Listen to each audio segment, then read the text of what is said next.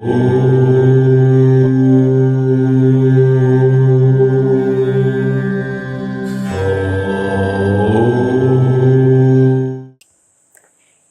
धर्म में चार धाम यात्रा को बेहद ही पवित्र माना गया है और यही कारण है कि हर श्रद्धालु इस यात्रा का बेसब्री से इंतजार करते हैं। साल 2022 की उत्तराखंड की चार धाम यात्रा मई महीने से शुरू हो चुकी है। इस चार धाम यात्रा में गंगोत्री, यमुनोत्री, केदारनाथ, बद्रीनाथ धाम दर्शन शामिल हैं। यह चारों पवित्र धाम उत्तराखंड के गढ़वाल हिमालय में है। यहाँ यात्रा पश्चिम में यमुनोत्री से शुरू होते हुए पूर्व में बद्रीनाथ पर जाकर खत्म होती है। आज के इस वीडियो में हम आपको केदारनाथ धाम के बारे में बताएंगे। देश भर में 12 ज्योतिर्लिंग हैं। उनमें से एक ज्योतिर्लिंग बाबा केदारनाथ का भी है, जो अपने आप में बेहद ही अनोखा है। केदारनाथ धाम में केवल 6 महीने ही बाबा केदारनाथ की पूजा होती है, क्योंकि साल के बाकी 6 महीनों में खराब मौसम के कारण कार्तिक शरद पूर्णिमा से लेकर अक्षय तृतीया पर्व तक केदारनाथ धाम बंद रहता है। माना जाता है इस समय काल में बाबा केदारनाथ समाधि में रहते हैं। सर्दियों के समय बाबा केदारनाथ के विग्रहों को ऊखीमठ ले जाया जाता है और वहाँ पे उनकी पूजा होती है। केदारनाथ धाम बेहद ही अनोखा है। इसकी खूबसूरती है कि यह हर तरफ से पहाड़ों से घिरा हुआ है। एक तरफ 22,000 फीट ऊंचा केदारनाथ है तो दूसरी तरफ 21,600 फीट ऊंचा खर्च कुंड है और तीसरी तरफ से 22,700 फीट ऊंचा भरत कुंड पहाड़ है। केदारनाथ धाम को हिंदुओं का पवित्र धर्म स्थल माना जाता है। केदारनाथ में भगवान शिव का 11वां ज्योतिर्लिंग स्थापित है। यहाँ के प्राकृतिक नज़ारे आपको दंग कर देंगे।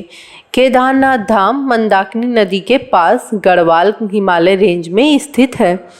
केदारनाथ को भगवान शिव के साम रूप स्वरूप में देखा जाता है। यहाँ तक पहुँचने के लिए तीर्थयात्रियों को काफ़ी मेहनत करनी पड़ती है। भगवान का दर्शन कठिन परिश्रम के बाद ही प्राप्त होता है। कैसे पहुँचा जाए केदारनाथ? केदारनाथ उत्तराखंड में स्थित है। यहाँ पर देश के तमाम प्रदेशों से तीर्थयात्री आते हैं। बाबा केदारनाथ के धाम तक पहुँचने की यात्रा सही मायनों में हरिद्वार या ऋषिकेश से शुरू होती है। हरिद्वार तक आप देश के किसी भी हिस्से से रेल मार्ग के जरिए आ सकते हैं। देहरादून तक हवाई मार्ग से पहुँचने के बाद भी आप वहाँ से आगे की यात्रा कर सकते हैं।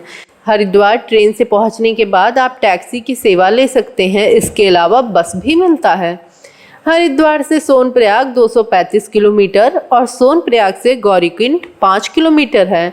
आप सड़क मार्ग से किसी भी प्रकार की गाड़ी से यहाँ आ सकते हैं।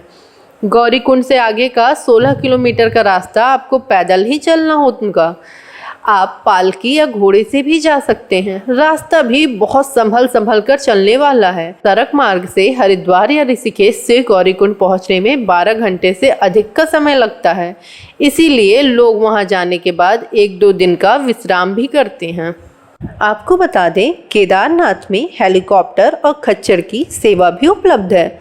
अगर आप स्वस्थ हैं तो 16 किलोमीटर की पैदल यात्रा आराम से कर सकते हैं।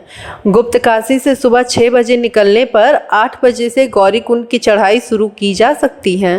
शाम तक आप केदारनाथ पहुंच जाएंगे। ऐसे में रात में वहां रुकने की भी व्यवस्था है। गौरीकुंड से केदारनाथ का रास्ता पैदल का है। इसके अलावा यहाँ से आप पैदल, पालकी या घोड़े पर भी जा सकते हैं। हेलीकॉप्टर सेवा आपको गुप्त काशी, फाटा और सीडसी से मिल जाएगी। इसके लिए सरकार ने पर्यटन विभाग के स्तर पर भी व्यवस्था की है। हेलीकॉप्टर सेवा में आने और जाने दोनों का किराया एक साथ ही लिया जाएगा। इसके अलावा आप गौरीकुंड, लिचोली से खच्चर या फिर पालकी की सेवा भी ले सकते हैं। हालांकि हेलीकॉप्टर और खच्चर दोनों सेवाओं का किराया लगभग एक ही रहेगा। गुप्त काशी से केदारनाथ तक हेलीकॉप्टर से जाने में 7,750 रुपये लगेंगे, तो वहीं गौरीकुंड से केदारनाथ तक खच्चर या पालकी सेवा लेने पर आने जाने में कम से कम 7,950 रुपये लगेंगे। लगभग दोनों का किराया सामान्य ही होगा। हालांकि पालकी और खच्चर सेवा में बाबा के धाम पर रुकने के लिए समय आपको कुछ ज़्यादा ही मिल जाएगा।